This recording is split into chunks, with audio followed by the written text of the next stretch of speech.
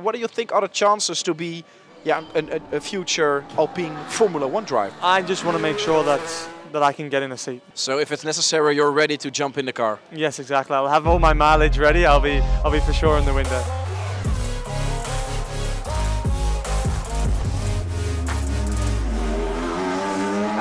Jack, you're done finishing your testing day in the 2022 Alpine car.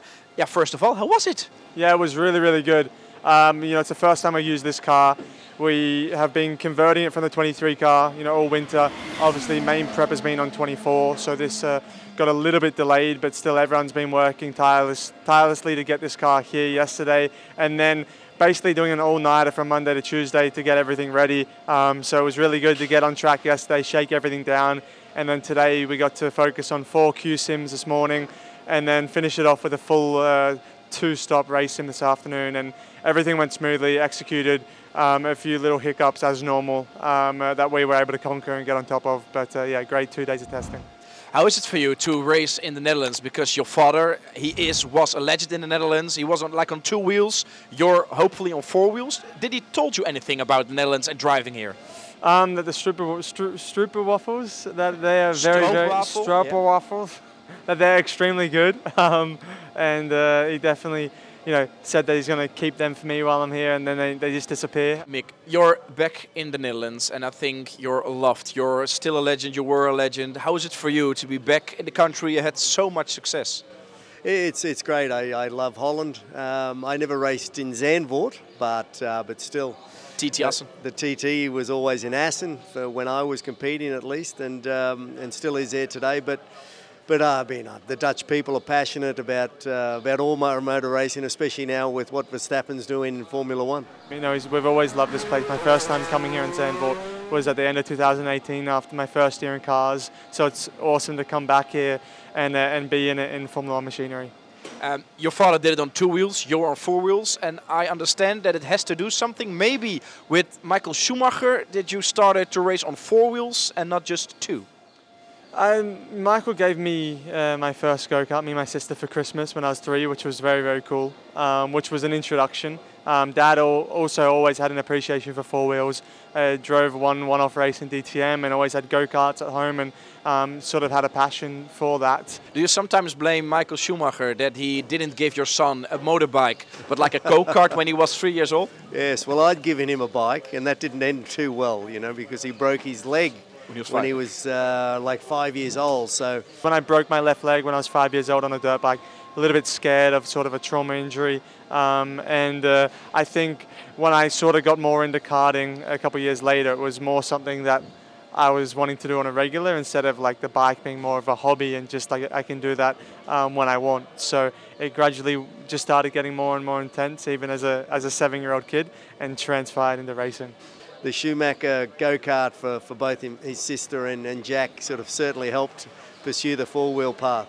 How is it for you to be now back in a Formula 1 car? Because you're testing the new regulation car, the car of 2022, with all the ground effect downforce. How was it to be back on track? Yeah, it's great. All my previous mileage, which has been a lot in a Formula 1 car, has been in the 2021 machinery. So obviously the old regulations, 13-inch tyre, lighter, and just a different philosophy. So to be in the 22 car with the same sort of, again, to say the same word, philosophy as the current regulation, with the ground effect, more downforce obviously on the floor, 18-inch tyres, way less obviously rear ride height, so the driving position is different. Just to be back into that sort of way is important, so that when I do hop into this new regulation car, hopefully next year, but also during this year, I am coming from the same machinery technically that I'm testing, just some few adjustments. As a father, I'm very proud to have seen what he's achieved and how hard he pushes himself to continually try and strive to be the best. How important do you think is it for Jack, having a person like you, his father, around him to help him? You've dealt with a lot of things, you know what's going on in these days. How important do you think it's for Jack? Look, I'm sure it's beneficial at this stage of his career.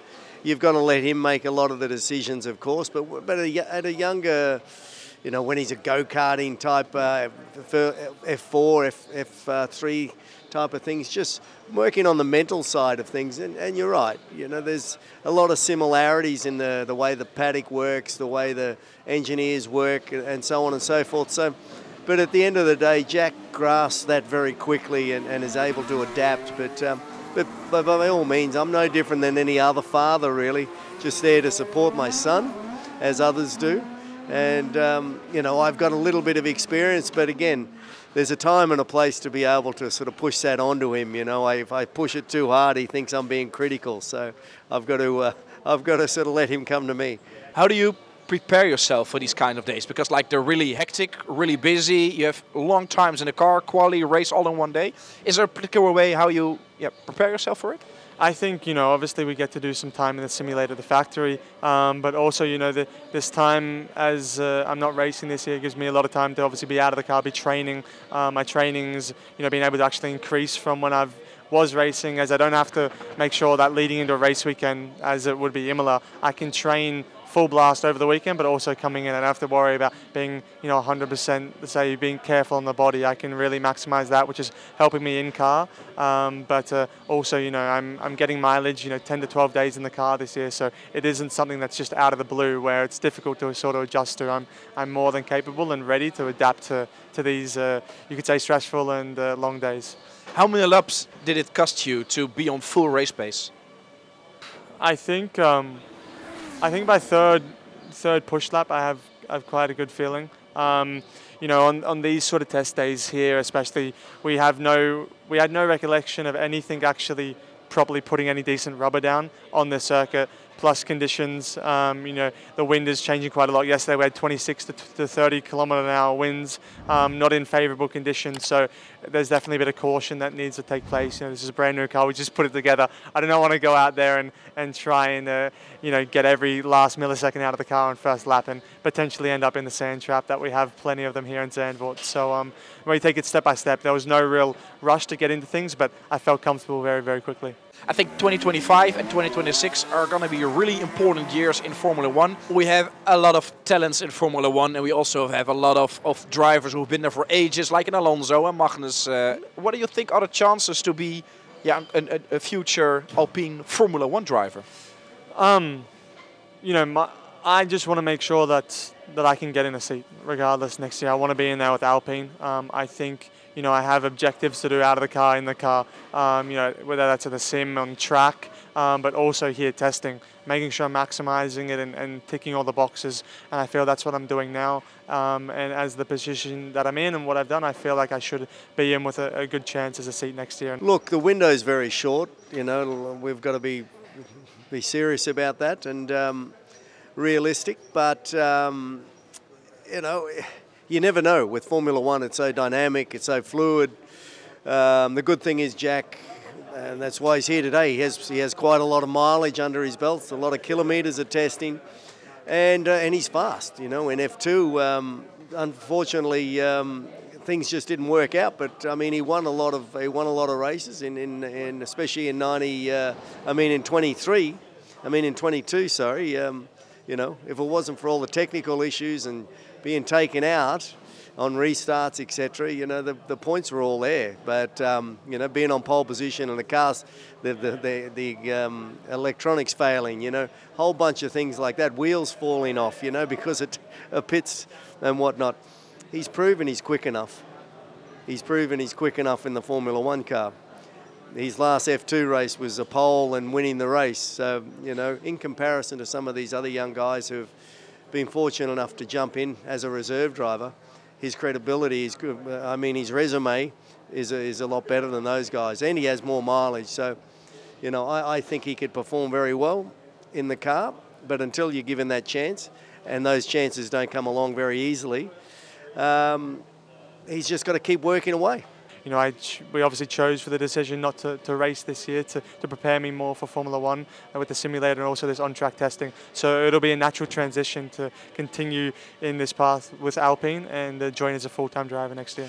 Because how does your week looks like right now? Because you're a test driver, you also like do a lot of simulating. But how does your week look like? Now you're in Zandvoort, but So yeah, right now obviously we flew here on Monday to give you a full week analysis.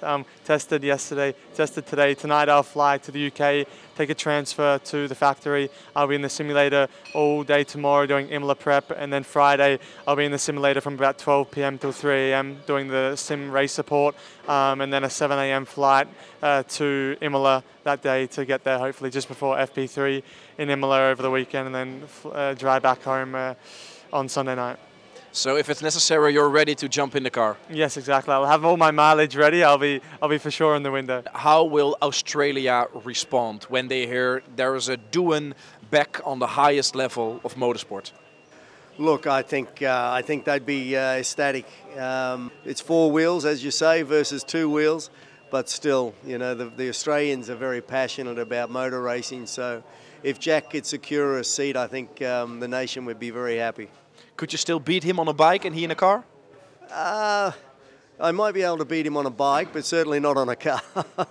And the last question, what would be your dream scenario for the coming 3 years from you, Jack? To be signed as Alpine Formula 1 driver for 2025 and beyond.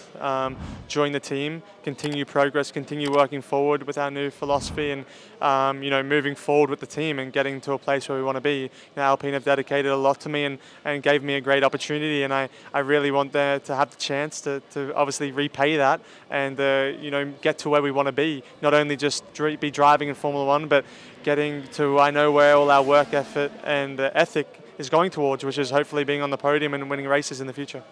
We wish you all the luck, and hopefully we hear a lot of you in the future. Thank you. Thank you very much, guys.